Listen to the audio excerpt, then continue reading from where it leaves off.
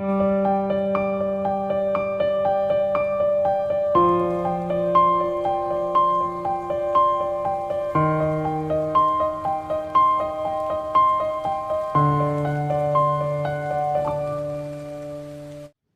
मित्रों, स्वागत है आपका आपके YouTube चैनल ज्ञानवापनी स्कॉलर्स पे।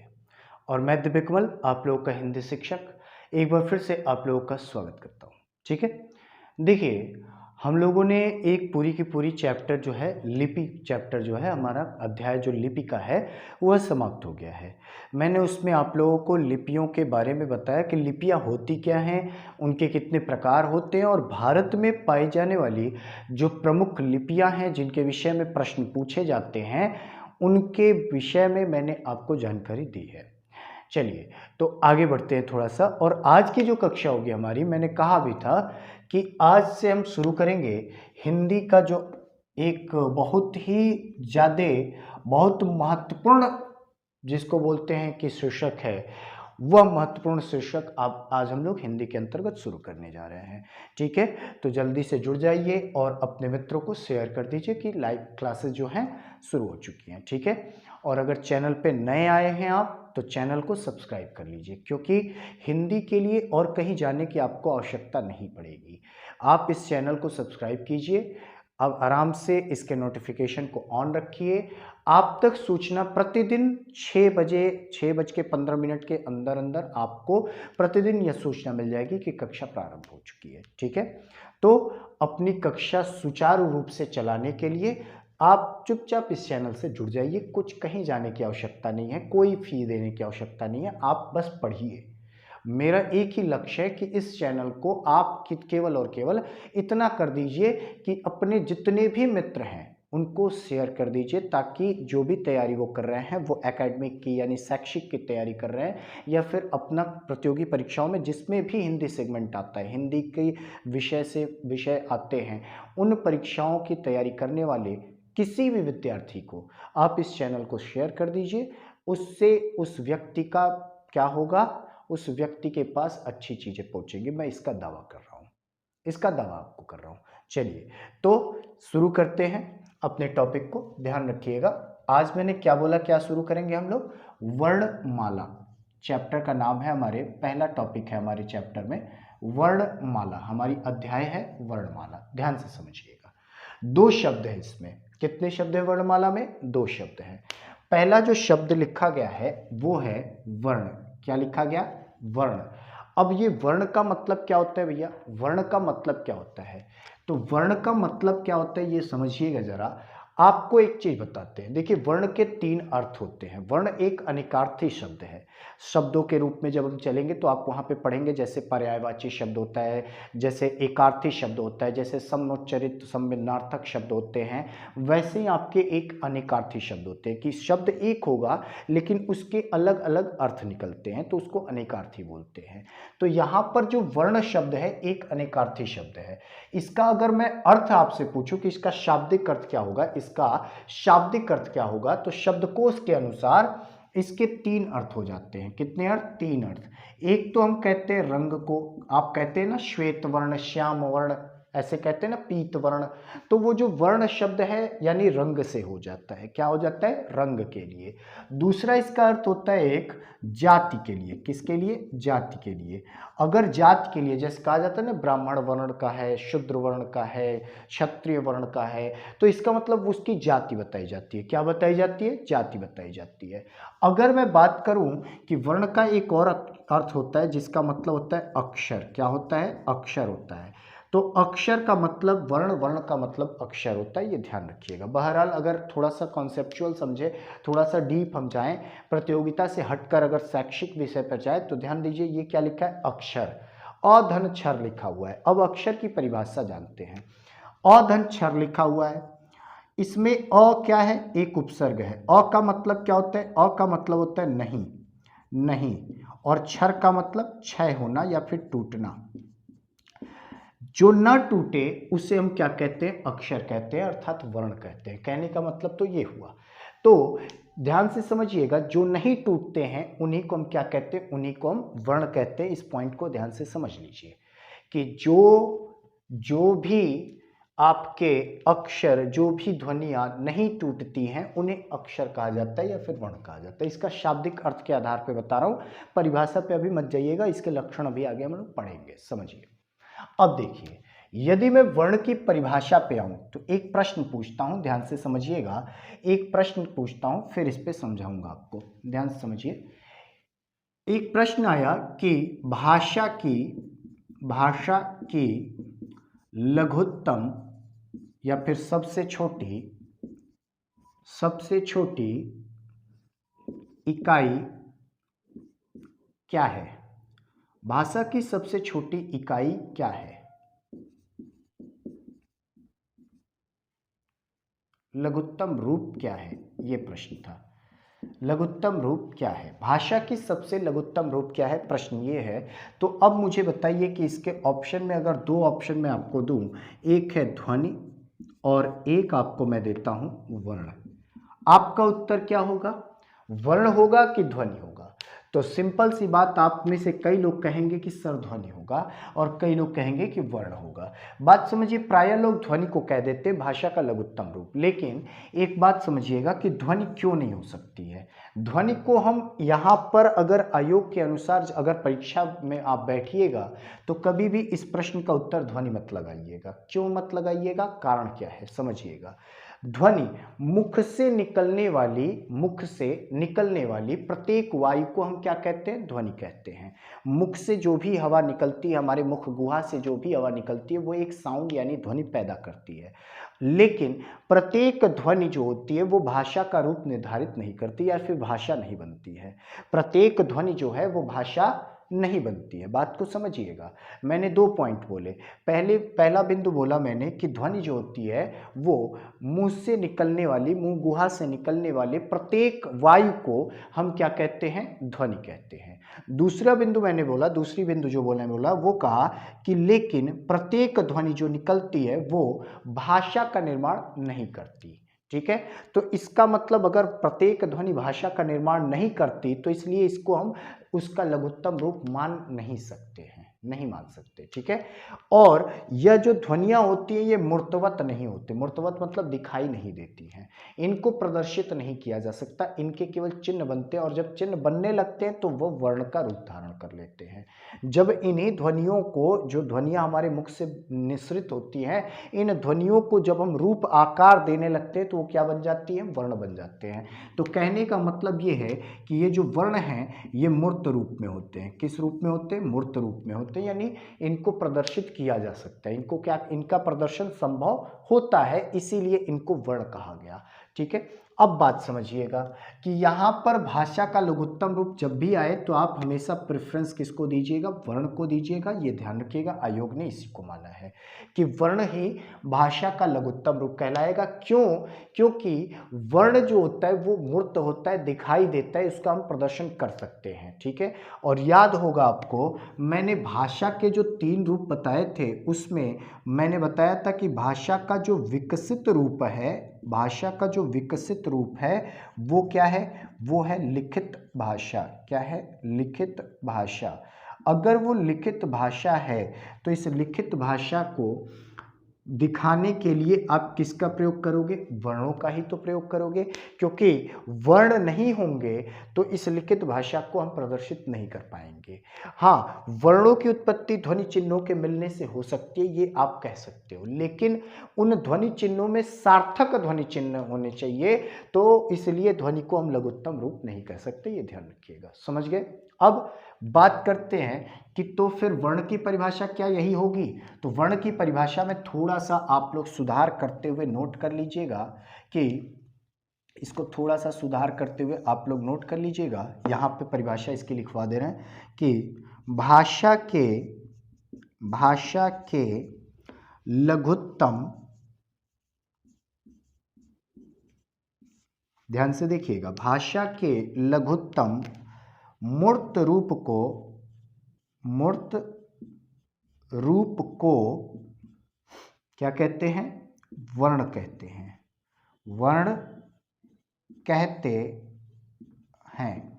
नोट कर लीजिए, किसको कहते हैं? लघुत्तम मूर्त रूप को वर्ण कहते हैं, ये नोट कर लीजिएगा। अब आप ध्यान से इस प्रश्न को भी देख लीजिए और टॉपिक भी समझ लीजिए, ठीक है। तो वर्ण की परिभाषा मैंने आपको बता दी कि भाषा के लघुत्तम रूप को ही क्या कहा जाता है? वर्ण कहा जाता है। अब बात थोड़ी सी आगे बढ़ाते हैं, समझिए दूसरा पॉइंट क्या है, दूसरा शब्द क्या है भैया वर्णमाला में? वर्णमाला में वर्ण की परिभाषा, वर्ण के विषय में मैंने आपको बता दिया। दूसरा है क्या? दूसरा है माला। माला का मतलब क्या होता है? माला का मतलब दो होता है, एक तो गुच्छा आप कह देते हो सिंपल सा, लेकिन कैसा गुच्छा? किसी भी तरीके के गुच्छे को माला कह देते हैं? नहीं, एक क्रमागत गुच्छे को, जिसमें क्रम जो होते हैं निर्धारित होते हैं, जो मोतियों की मालाएं गूंथी जाती हैं, फिर जिनको हम उसकी जो पिरोते हैं, जब उसको, तो उसमें जब पिरोते हैं तो उसकी जो मोतियों की गिनती होती है वो निर्धारित होती है, उसका क्रम निर्धारित होता है कि कौन से रंग का मोती कितने नंबर पे आएगा, ये रंग उसका क्रम भी निर्धारित होता है। तो माला का मतलब हो जाएगा क्रमागत गुच्छा या फिर क्रमागत समूह। क्या होता है? क्रमागत समूह। तो वर्णमाला का मतलब क्या हो जाएगा? वर्णों का क्रमागत समूह। इस पूरे का मतलब हो जाएगा आपका वर्णमाला का, लिख लीजिएगा कि वर्णों के क्रमागत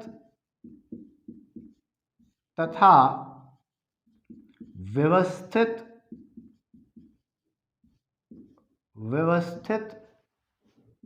समूह को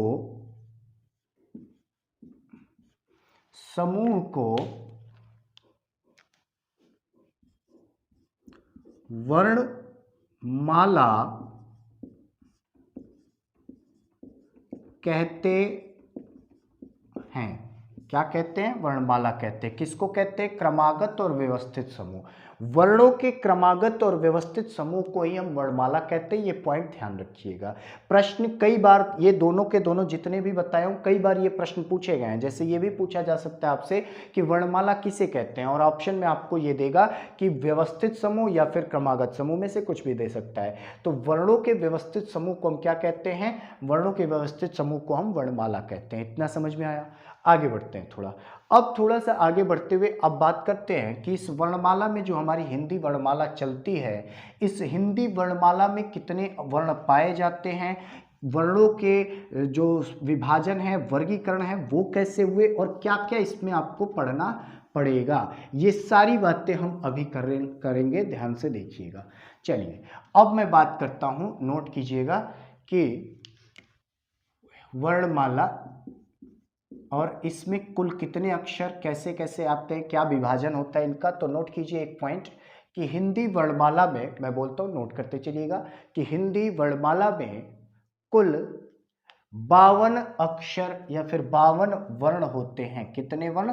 52, यानी 52 वर्ण पाए जाते हैं हिंदी वर्णमाला में, अर्थात देवनागरी वर्णमाला में कुल 52 वर्ण पाए जाते हैं, यानी 52 लेटर्स पाए जाते हैं इसके अंतर्गत।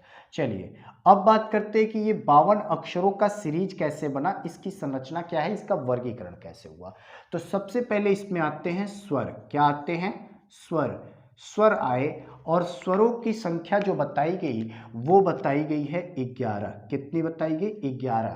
11 स्वर पाए जाते हैं। उसके बाद बताया गया इसमें कि व्यंजन आते हैं। क्या आते हैं? व्यंजन आते हैं।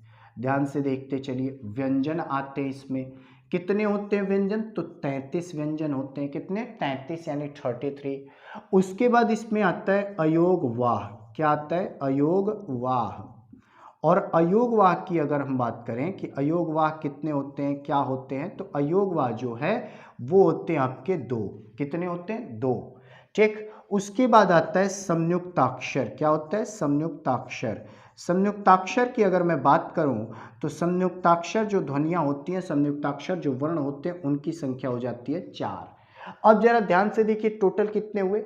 टोटल अगर आप जोड़ोगे तो आपको मिलेंगे 50। कितने? 50। तो फिर दो ध्वनियां कौन सी होती हैं, या फिर दो ध्वनियों को हम क्या कहते हैं, या फिर या तो ये मैंने गलत लिखा है, या तो यहाँ पे जोड़ में कुछ गलत हुआ है। तो समझिएगा, एक बड़ा ही प्यारा सा बात बताता हूँ आपको, बहुत ही छोटी सी सिंपल सी बात बताऊं कि आप यदि क से लेकर ज्ञ तक लिखते हैं, चलिए मैं ज्ञ तक की बात बताता हूँ। क से लेके ज्ञ तक लिखते हैं, इसमें जब हम ट ठ ड ढ लिखते हैं ना, तो इसमें हम ट ठ ड और ढ लिखते हैं, ये दो अक्षर लिखते हैं। ये पाए जाते हैं कि नहीं पाए जाते हैं? लिखे जाते हैं ना। लेकिन क्या आपने कभी इन दोनों को लिखा हुआ देखा है क्या इस वर्णमाला के क से लेके ज्ञ तक में? नहीं देखा ना।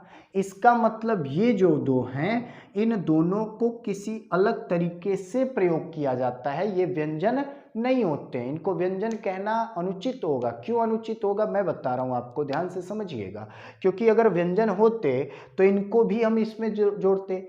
इन 33 में से ये जो दो हैं, इनका दूसरा रूप भी चलता है, इनका दूसरा रूप भी चलता है, जिसको हम कहते हैं द्विगुण वर्ण। क्या बोलते हैं?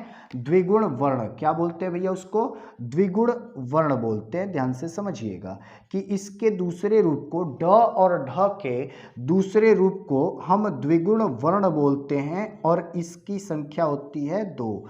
तो टोटल कितनी संख्या हो गई? 52, 52। अब देखिए, ये जो दो हैं अलग होते हैं प्रयोग के आधार पे। किसके आधार पे? प्रयोग के आधार पे।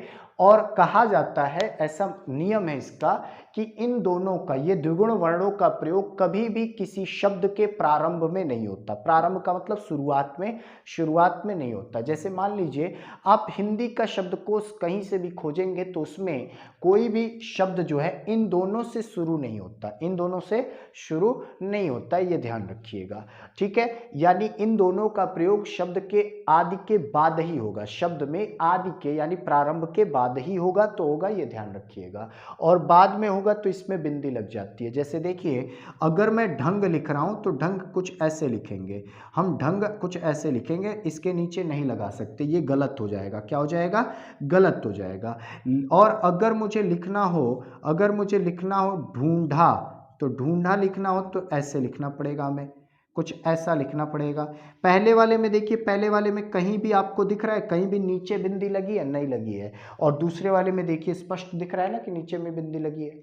तो इसका मतलब इनफैक्ट एक चीज और बता दो, इनका प्रयत्न भी अलग होता है, बहुत कुछ इनके गुण अलग होते हैं। तो इसीलिए इनको क्या नाम दिया गया? द्विगुण। क्योंकि इसकी दोहरे स्वभाव की तरह ये कार्य करते हैं, इसीलिए इनको द्विगुण बोला जाता है। क्या बोला जाता है? द्विगुण बोला जाता है। यहां तक समझ में आ गया? चलिए, तो ये 52 अक्षर हमने आपको तैयार करके दे दिए कि ये 52 के 52 अक्षर आपके समक्ष हैं। ठीक है, अब एक और पॉइंट समझिएगा, जो कि कई बार पूछा जा चुका है और कई बार इस पे प्रश्न भी बना है। देखिए, एक शब्द आया जो कि कामता प्रसाद गुरु के द्वारा निर्मित है, वर्ण लिपि। क्या है भैया? वर्ण लिपि। जरा इस पॉइंट को देखिए, मैंने क्या कहा? वर्ण लिपि। वर्णों की संरचना, वर्णों की लेखन पद्धति, लिपि का मतलब लेखन पद्धति, यानी वर्णों को लिखने का जो तरीका है उसी को हम क्या कहते हैं? वर्णलिपि कहते हैं। और इन वर्णलिपियों के आधार पर कामता प्रसाद गुरु ने, किसने? कामता प्रसाद गुरु। और इस व्यक्ति का नाम याद रखिएगा, यदि आपको पूरी की पूरी वर्णमाला ढंग से पढ़नी है तो इस व्यक्ति का नाम याद रखिएगा, क्योंकि ये बहुत गहन अध्ययन करने वाले वैयाकरण हुए और इनकी पुस्तक से या फिर इनके अध्यायवार प्रश्नों का आयोग बहुत ज्यादा प्रश्न पूछता है। ठीक है, तो कामता प्रसाद गुरु जो हैं, कामता प्रसाद गुरु ने वर्ण लिपियों की संख्या जो बताई वो कहा है इन्होंने 44। कैसे 44 बोल दिया भैया उन्होंने? वो जरा समझिए। देखिए, आपको पता है ये 11 होते हैं, 11 और 43 क्या हो गए? आपके 44 हो गए। इन दो को क्या कहते हैं पता है आपको? ये दो जो होते हैं, एक बिंदी होती है ये और एक बिंदी होती है आपकी ये, यानी अनुस्वार और विसर्ग इसमें आते हैं। आगे समझेंगे कैसे क्या होते हैं, बशर्ते ये देखिए क्या ये अक्षर हैं? नहीं है।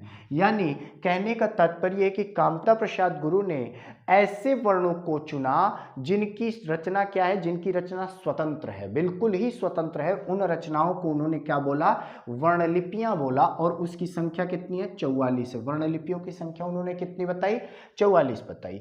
कौन कौन से स्वर और व्यंजन जो 33 बताए गए हैं क से लेके ह तक, उन व्यंजनों को उन्होंने केवल और केवल उन्हीं व्यंजनों को इसमें शामिल किया है। ठीक है, इतना समझ में आया? चलिए नोट डाउन करते रहिएगा, और अगर चैनल पे नए हो तो बार बार कह रहा हूं चैनल को सब्सक्राइब कर लो। क्यों? क्योंकि आप शैक्षिक पढ़ाई कर रहे हैं या फिर प्रतियोगी परीक्षाओं की तैयारी कर रहे हैं, आपके लिए यह जो चैनल है हिंदी के मायने में सब कुछ देने वाला है।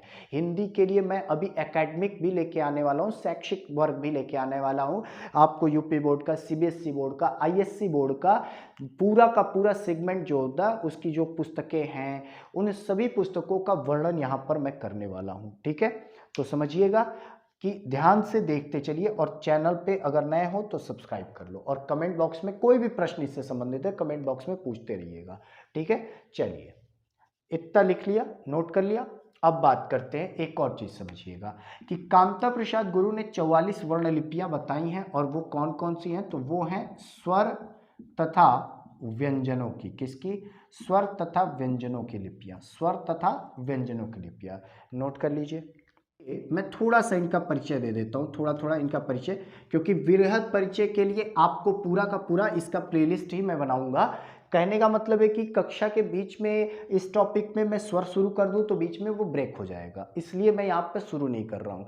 ठीक है, तो यहाँ पर एक सिंपल सा परिचय मैं दे देता हूँ आपको पहले, और आज केवल और केवल नॉर्मल एकदम सामान्य सा परिचय प्राप्त कीजिए।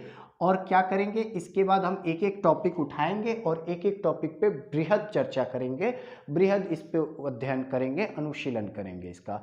चलिए देखिए, अगर इन 11 की बात करें कि स्वर जो 11 हैं इनको स्वर क्यों बोला गया, तो कहा जाता है कि जो बोलने में स्वतंत्र होते हैं, जिनका उच्चारण स्वतंत्र होता है वे क्या कहलाते हैं? स्वर कहलाते हैं। इनकी संख्या 11 है। कौन कौन से हैं? तो अ, आ, इ, ई, उ, री। कैसे बोलते हैं? री। जीभ टेढ़ी हो जाती है, जैसे ट बोलते हैं, ट के ऊपर मूर्धा पे लगता है ना, तो इसका उच्चारण स्थान मूर्धा होता है। कई लोग, बहुत प्राय लोग इसको गलत बोलते हैं। री, ऋषि, ऋषि। ठीक है, ऐसे इसको उच्चारित करते हैं, री। उसके बाद इसमें आ जाएगा आपका ए, ए, ओ और ओ आ जाएगा। क्या आ जाएगा? ओ आ जाएगा। तो ये 11 क्या हो गए भैया? स्वर हो गए। उसके बाद अगर मैं इसकी बात करूं, व्यंजन की बात करूं, तो व्यंजन कहते हैं जिनको बोलने में स्वरों की सहायता लगती है, यानी स्वरों की सहायता से इनका उच्चारण किया जाता है। ये जो स्वर 11 लिखे हैं मैंने, इनका प्रयोग करके हम व्यंजन को उच्चारित करते, व्यंजन को बोलते हैं। अगर मैं देखूं ध्यान से तो इसमें देखिएगा, आपको बता दें, क, ख, ग, घ, ङ, च, छ, ज, झ, ञ, ट, ठ, ड, ढ, ळ, त, थ, द, ध, न। ध्यान से देखते चलिएगा, प, फ, ब, भ, म। ठीक, अब इसके नीचे मैं यहां पे लिख देता हूं य, र, ल, व। उसके बाद तालाब्य श, तालाब्य, तालू से ऊपर वाले मसूड़े के ऊपर। ठीक है, श, तालाब्य श, मूर्धन्य श। ठीक, मूर्धन्य श। उसके बाद दंत्य स, दंत्य स। ठीक, उसके बाद क्या आता है? ह। ये जो आपके मैंने लिखे, संख्या गिनोगे तो कितने होंगे? 33 होंगे। ये 33 के 33 मैंने बोला तो अंतिम में ध्वनि कौन सी आ रही थी? अंतिम में ध्वनि अ की आ रही थी, यानी स्वरों की सहायता से मैंने बोला। तो इसको हम क्या बोलते हैं? व्यंजन बोलते हैं। क्या बोलते हैं? व्यंजन बोलते हैं, क्योंकि इनको बोलने के लिए हमें स्वरों की जरूरत पड़ती है। यदि मैं अयोग वाह की बात करूं, यदि मैं, ध्यान से समझिएगा, अगर मैं अयोग वाह की बात करूं तो इसमें दो चीजें आती है। एक आता है आपका अनुस्वार। क्या होता है? अनुस्वार। और अनुस्वार का जो चिन्ह होता है वो ये होता है। ठीक है, अवयोग व एक विशेष प्रकार के चिन्ह होते हैं और इनमें इनको क्या किया गया, जिनको मान्यता दी गई कहाँ पे, वर्णमाला में। एक ऊपर का चिन्ह होता है जो कि ऐसे लगता है और इसको जब बोलते हैं तो अंग की तरह बोलते हैं, अंग ऐसे बोलते हैं, अनुस्वार कहते हैं इसको। और एक होता है जिसको हम कहते हैं विसर्ग, क्या बोलते हैं, विसर्ग। और विसर्ग का जो होता है वो दो बिंदुएं जो कि आगे की तरफ लगती हैं, अक्षरों के दाहिनी तरफ लगती हैं, उनको हम विसर्ग कहते हैं। इसका प्रयोग जब करोगे ना तो ह की तरह ध्वनि आती है, ठीक है, ह की तरह। जैसे अतः, तो वो तह में जो विसर्ग लगा, दो बिंदु लगा, उसी को विसर्ग कहते हैं। अब अगर मैं बात करूं संयुक्ताक्षर की, तो ये संख्या 4 होती है। कौन कौन से होते हैं, तो इसमें आते हैं आपके छ, त्र, ज्ञ और श्र। ये 4 अक्षर जो होते हैं ये दो व्यंजनों को मिलाकर बनाए हुए अक्षर हैं, इसीलिए इनको क्या बोला गया, संयुक्ताक्षर बोला गया। दो व्यंजनों को मिलाकर बनाए गए हैं, इसीलिए इनको संयुक्ताक्षर बोला गया। और द्विगुण वर्ण में मैंने अभी बताया था कौन कौन आएंगे, एक ये आता है ड़ और एक आता है ढ। ड़ और ढ जो होते हैं इनको हम बोलते हैं द्विगुण वर्ण। और यही 52 अक्षरों का पूरा सीरीज है, देख लीजिए, ध्यान से समझ लीजिए। और जो हमारे कामता प्रसाद गुरु ने कहा, मैंने कहा ना कि ये संयुक्ताक्षर दो अक्षरों से मिलकर बनते हैं, कितने से, 2 से। तो ये 4 उन्होंने क्या किया, माइनस कर दिया। और ये दो तो आपको दिखा ना कि ड और ढ के ही दूसरे रूप है, तो ये दो जो हैं इसको भी माइनस कर दिया। तो कितने माइनस हो गए, 6 माइनस हो गए। और ये दो तो आप देखिए अक्षर नहीं है, ये दोनों क्या है, चिन्ह है, एक विशेष चिन्ह है, तो इनको भी गायब कर दिया। तो बचे कितने, तो टोटल बच गए आपके 44, क्योंकि 33 और 11 इन्हीं को तो जोड़ना था। तो ये स्वतंत्र रचनाएं उन्होंने मानी है कि ये जो है दो स्वर और व्यंजन, इनकी रचनाएं स्वतंत्र हैं, लिपियां जो हैं इनकी स्वतंत्र हैं, इसीलिए इनको वर्ण लिपियों के अंतर्गत जो संख्या बताई उन्होंने वो 44 बताई है। ठीक है, बात समझ गए। चलिए अब बात करते हैं आगे कि कल से हम लोग कैसे क्या पढ़ेंगे। तो मैं बता दूं, सबसे पहले हम स्वर की शुरुआत करेंगे। और अभी भी अगर चैनल को नहीं सब्सक्राइब किया है तो सब्सक्राइब कर लो। और हिंदी विषय के संबंध में शैक्षिक स्तर पे या फिर प्रतियोगी स्तर पे आपको कोई भी इंक्वायरी लेनी है, कुछ भी प्रश्न, कोई भी प्रश्न करना है हमसे, तो डायरेक्ट आप हमसे हमारे कॉन्टैक्ट नंबर पे संपर्क कर सकते हैं। हमारी जो फ़ोन लाइन है वो 3 बजे से लेकर शाम के 7:30 बजे तक खुली रहती है। ठीक है, हाँ, व्हाट्सएप आप 24 आवर्स कर सकते हो, हम उसको देखेंगे, देन हमारी टेक्निकल टीम के थ्रू आपको मैसेज जा सकता है। दूसरी चीज़ कि आपको डिस्क्रिप्शन बॉक्स में दिख रहा होगा कि हमारे वेबसाइट का लिंक है, आप वहां जाकर हमसे पूछ सकते हैं आप प्रश्न। हमारे जो इस चैनल पे दिख रहा होगा कि आपको डिस्क्रिप्शन बॉक्स में दिख रहा होगा कि आपको टेलीग्राम आईडी दिख रहे होंगे, हमारे ग्रुप को ज्वाइन कर सकते हैं, हमारे चैनल को ग्रुप ज्वाइन कर सकते हैं आप। हमारे इंस्टा पेज पे जाके वहाँ पे प्रश्न कर सकते हैं, हमारे फेसबुक पेज से आप प्रश्न कर सकते हैं। डायरेक्ट आप इस कमेंट से, इस सेशन के कमेंट सेक्शन में हमसे प्रश्न करिए, हम इस सेशन के सभी प्रश्नों का उत्तर देने को तैयार हैं और बखूबी आपके उत्तर दिए जाएंगे। ठीक है, तो यदि आप किसी भी परीक्षा की तैयारी कर रहे हैं तो केवल और केवल हिंदी के लिए यहाँ पर जुड़ जाइए, कहीं मत जाइए। आप किसी भी संस्थान में पढ़ते हो, आप सिर्फ और सिर्फ आधे घंटे निकालिए अपने लिए, और हिंदी का एक बेहतरीन प्लेटफॉर्म आपको मैं दे रहा हूं। बस इस प्लेटफॉर्म को बढ़ाना आपका काम है। ठीक, मुझे बस इतना चाहिए, मैं कोई शुल्क नहीं ले रहा हूं, आपको केवल और केवल अपने मित्रों को, अपने साथियों को इस चैनल से परिचित कराना है। यानी इस चैनल को एक हिंदी के रूप में, हिंदी विषय के चैनल के रूप में आपको विख्यात करना है। बस इसमें मेरा सहयोग कर दीजिए। ठीक है, तो तब तक के लिए आप लोगों को बहुत बहुत शुभकामनाएं, और तब तक के लिए आप सभी को धन्यवाद। चलते हैं, मिलते हैं अगले दिन। नमस्कार, जय हिंद।